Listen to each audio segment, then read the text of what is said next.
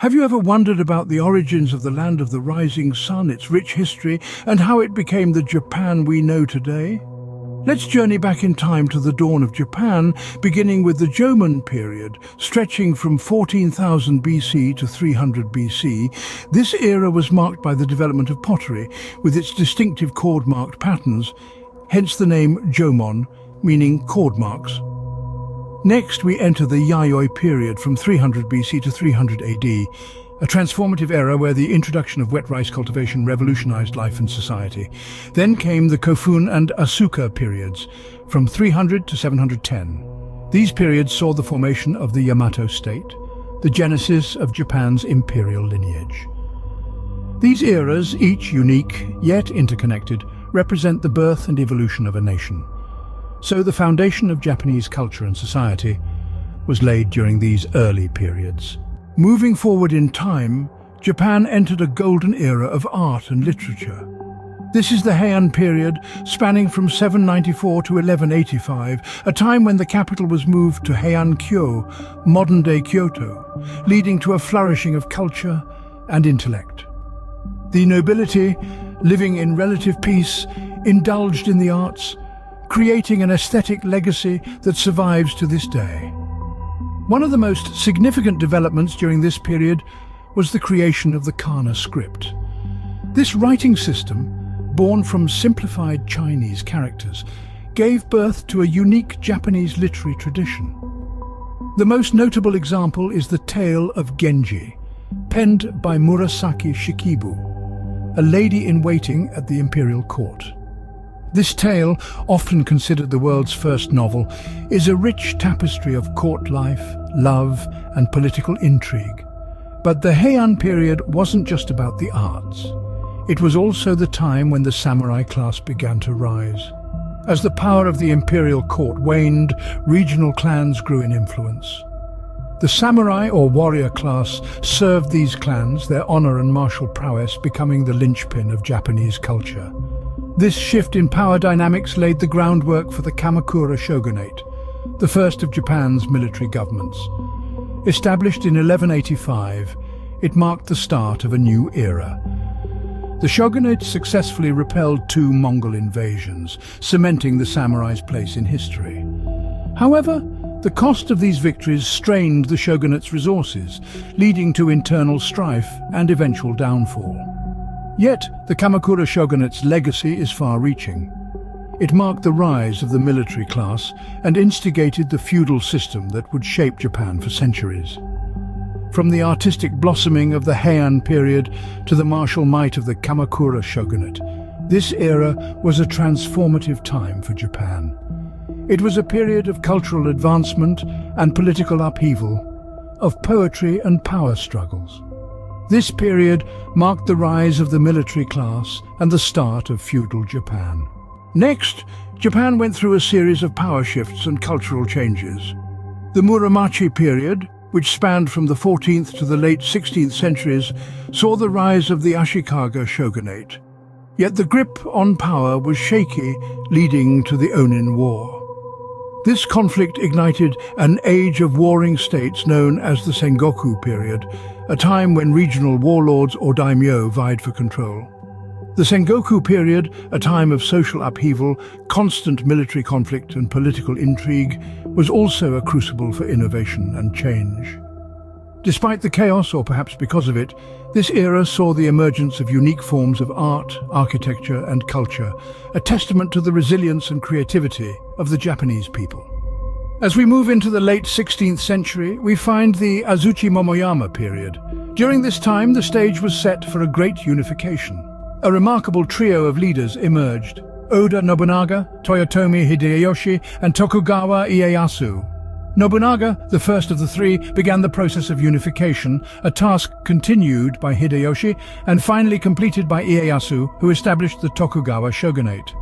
The Tokugawa shogunate marked the beginning of the Edo period, which lasted from the early 17th century to the mid-19th century. This was a time of relative peace, stability, and isolation. Japan closed its doors to most foreign interaction, an isolation policy known as Sakoku. But even as Japan shut itself away from the rest of the world, its arts and culture flourished in a way that was uniquely Japanese. The Edo period saw the rise of the common people in culture and society. Kabuki and bunraku puppet theatre became popular forms of entertainment, and the floating world, or ukiyo, of the urban culture gave birth to ukiyo-e, the famous woodblock prints. The love for nature took root in the form of bonsai trees and the tea ceremony, while samurai culture developed bushido, the way of the warrior. However, beneath the surface, the seeds of discontent were growing.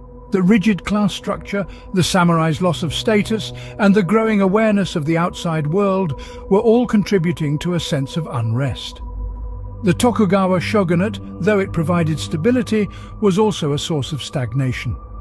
By the late Edo period, the call for change was growing louder. The Edo period was a time of peace, but it also set the stage for the dramatic changes that were about to come. As we close this chapter on Japan's history, we look forward to a time of revolution and transformation, setting the stage for the modern nation we know today. Now we enter a period of rapid modernization and westernization in Japan. The Meiji Restoration, starting from 1868, led Japan into the modern world. This era saw the end of the shogunate system and the birth of a new government, one that was centralized and helmed by the emperor. The country's leaders looked far and wide, eager to learn from Western nations. They adopted new technologies, reformed their military, and overhauled their education system. By the late 19th century, Japan had transformed from a feudal society into an industrialized nation.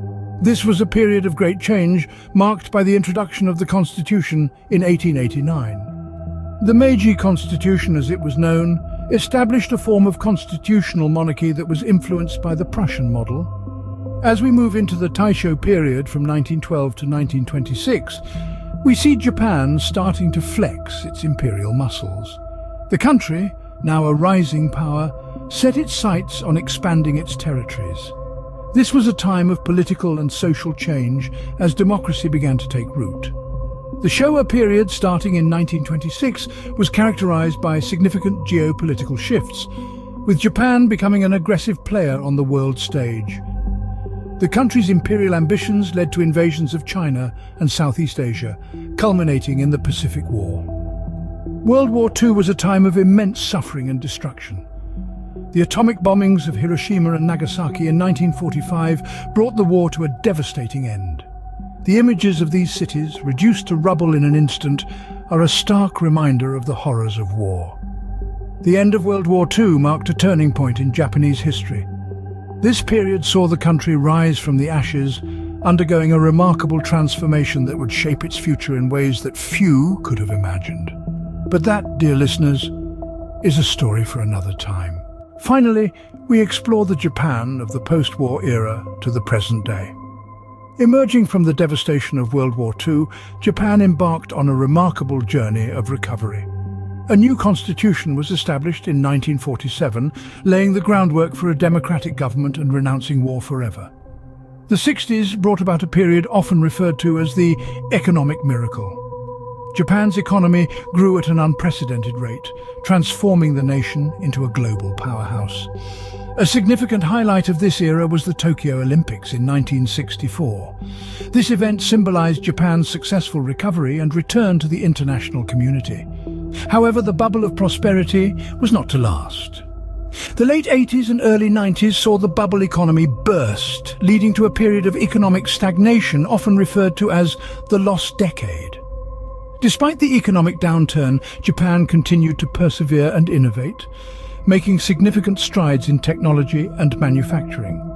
The Heisei period, spanning from 1989 to 2019, was marked by a series of natural disasters, economic challenges and societal changes. Yet it was also a time when Japan made great leaps in technology, pop culture and diplomacy, contributing significantly to the global community.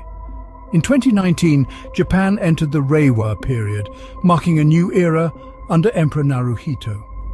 This period, still ongoing, is a time of immense change and adaptation.